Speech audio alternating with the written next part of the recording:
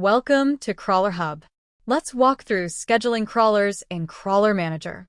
To schedule the crawlers, click on Schedule icon from the sidebar.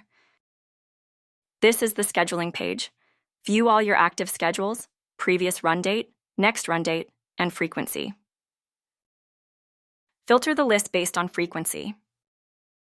Sort out active or inactive schedules. Use the search bar to quickly find any schedule. Click on Pause New Schedule to create a new crawler schedule. An interface will open up on the side. Fill out all the required details to create a new schedule. To start by, enter a schedule name. Select the project from the drop-down to create a schedule. Choose the crawler.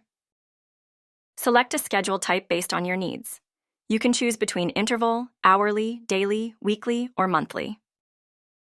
Set the start date and time for the first run. Check the Is Active box.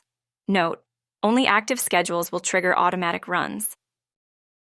Click Schedule to save and activate your crawler schedule. Your new schedule now appears in the list on the Schedules dashboard. To edit a schedule, click on Edit. Make any necessary changes like schedule type or run date and time, then click Update to save.